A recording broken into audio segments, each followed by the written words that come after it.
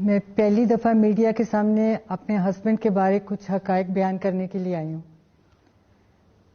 آج سے چند روز پیشتر مجھے پی آئی سی ہاسپٹل سے فون آیا، رات کے تقریباً 1:30 بجے میں سوئی ہوئی تھی اس وقت۔ اس فون کال پہ میں اٹھی، گھبرا کے میں نے پوچھا، پتا چلا کہ جی ڈاکٹر صاحب بول رہے ہیں پی آئی سی سے، تو آپ کے ہسبینڈ کے بارے میں بات کرنی ہے۔ میں بڑی پریشان ہوئی، میں نے کہا وہ تو کیمپ جیل میں ہے، تو آپ ادھر سے کیسے بول رہے ہیں؟ انہوں نے بتایا نہیں، انہیں ایمرجنسی میں ہمارے پاس لایا گیا ہے کہ ان کی اچانک طبیعت خراب ہو گئی ہے، تو آپ میڈم جتنی جلدی ہو سکے ان کی ساری میڈیکل رپورٹس لے کر ہمارے پاس پہنچ جائیں۔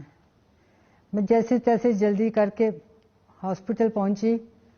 وہاں گیٹ پہ پولیس کی بہت بڑی نفری موجود تھی۔ میں نے ان سے ریکویسٹ کی کہ مجھے 2 منٹ کے لیے اندر جانے دیں، ملنے ان سے۔ 2 سے تیسرا منٹ میں نہیں لوں گی۔ میں نے اس پولیس والے کو کہا کہ میرے پاس گھڑی نہیں ہے، آپ کے پاس تو ہے، آپ اس پہ ٹائم نوٹ کر لیں۔ ان بیچاروں کے بھی منہ لٹکے ہوئے تھے، بڑی افسردہ حالت میں انہوں نے جواب دیا کہ میڈم ہم پرویز صاحب کی بہت عزت کرتے ہیں لیکن ہمیں اجازت نہیں ہے، ہم مجبور ہیں۔ میں نے کہا پھر بھی اندر پوچھ تو آئیں ایک دفعہ جا کے۔ ان میں سے 1-2 لوگ گئے، وہ پھر واپس آ کے کہتے ہیں نہیں میڈم اجازت نہیں ملی۔ بہرحال میں وہاں کوئی تقریباً 2-3-4 گھنٹے، مجھے ٹائم نہیں یاد کتنا ٹائم میں وہاں کھڑی رہی ہوں۔ تو اس کے بعد کوئی تقریباً 4:30-5 بجے یہ پرویز کو واپس لے گئے ادھر کیمپ جیل، ان کے انکمپلیٹ ٹیسٹوں کے ساتھ۔ اس چیز کی گواہی آپ کو پی آئی سی کے ڈاکٹر بھی دیں گے کہ ان کے ٹیسٹ کمپلیٹ نہیں ہونے دیے گئے۔ ڈاکٹرز نے روکنے کی کوشش کی لیکن وہ نہیں روکے گئے۔ اس کے بعد پھر دوسرے دن میں نے ملاقات کے لیے ٹرائی کیا، کافی ریکویسٹ روز کی جاتی تھی لیکن وہاں سے کوئی جواب نہیں ملتا تھا۔ پھر ایک دن یہ کہا گیا کہ ٹھیک ہے میڈم آپ کل آ جائیے گا اتنے بجے، ہم آپ کو ملوا دیں گے۔ جب میں وہاں گئی تو گاڑی میں یقین کریں کوئی 3 سے 4 گھنٹے تک مجھے بٹھایا گیا۔ کبھی ایک آتا تھا باہر کہ جی ابھی اوپر سے سر سے بات کر رہے ہیں، ابھی آپ کو ملا دیتے ہیں۔ پھر آتے تھے جی آدھے گھنٹے بعد ملائیں گے۔ پھر جی ابھی سر نے دوسری جگہ بات کرنی ہے، آپ میڈم تھوڑی دیر انتظار کریں۔ میں نے کہا میں بیٹھی ہوں، آپ میں رات تک بیٹھی رہوں گی، جب بھی آپ کہیں گے تو میں ادھر بیٹھی ہوں، کوئی فرق نہیں پڑے گا۔ اس سے پھر یہ ہوا کہ فائنلی آ کے انہوں نے مجھے کہا کہ نہیں آپ گھر چلی جائیں، وی آر سوری، ہم نہیں ملا سکتے۔ یہ مجھے ایگزیکٹ یاد نہیں کس دن کی بات ہے۔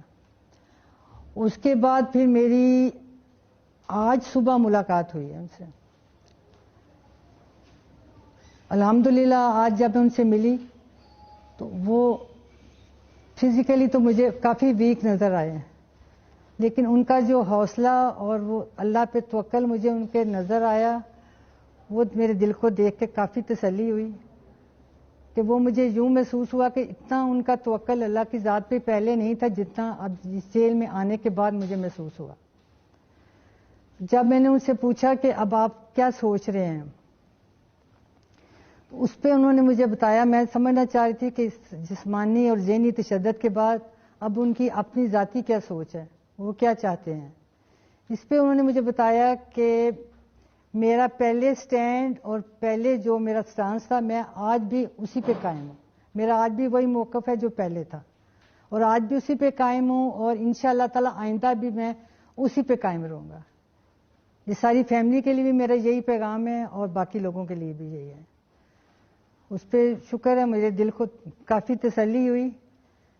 لیکن جو انہوں نے مجھے جیل کے حالات بتائے وہ میں آپ سب کو بیان کرنا چاہتی ہوں کہ جو جیل میں، پنجاب کی ساری جیلوں میں جب مجھے پتا چلا ہے کہ ہر قیدی کو، سی کلاس قیدی کو، وہ بھی سی کلاس میں ہے، کوئی اے بی کچھ نہیں ہے، کوئی بھی بندہ وہاں سے چیک کر سکتا ہے۔ جس کسی کو بھی میری اس بات پہ ذرا سا بھی شبہ شک ہوئے وہ وہاں سے بآسانی چیک کر سکتا ہے کہ میری اس بات میں کتنی سچائی ہے۔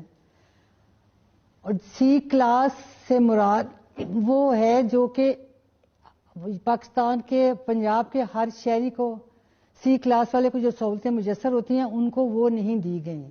میرا صرف یہ سوال ہے، میں یہ جاننا چاہتی ہوں، 77 ایئر ان کی ایج ہے، اس شخص کے ساتھ یہ ظالمانہ سلوک کس لیے کیا جا رہا ہے اور یہ جبر و استبداد کس وجہ سے؟